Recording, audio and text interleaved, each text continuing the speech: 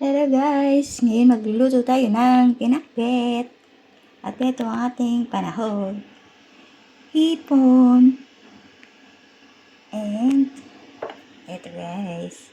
Ayan ang ating bagoong. Ayan.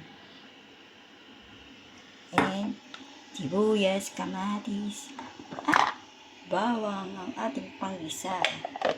Siyempre, may kamatis yan. Ito, magpiprito tayo ng fish. Guys, magigisa na tayo.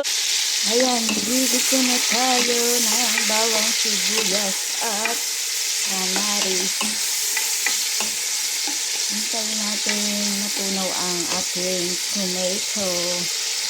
Ayan na guys, luto na ating kamatis. Ngayon naman ay magigisa tayo ng bagoong alamang. Yan, ating alamang ay igigisa natin sa kamatis, bawang at sibuyas. Yan, halo-haluin. At ilagay na natin ang ating gulay.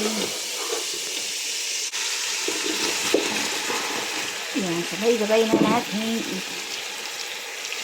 Dito ang ating gulay.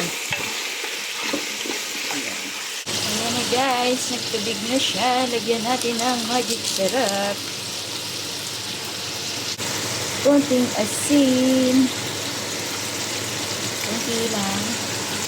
Lagyan natin ng toyo.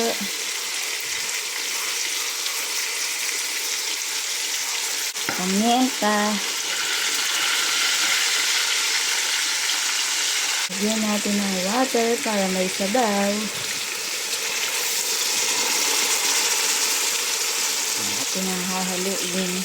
Ano na guys, hintayin natin maguto ang ating kalabasa. Takpan muna natin. Ayan na guys, dito na ang ating pinakbet. Ngayon naman ay magluluto tayo ng fried fish. Ito na guys, ang ating pretong fish. Ayan, ito ang kapartner ng ating pinakbet.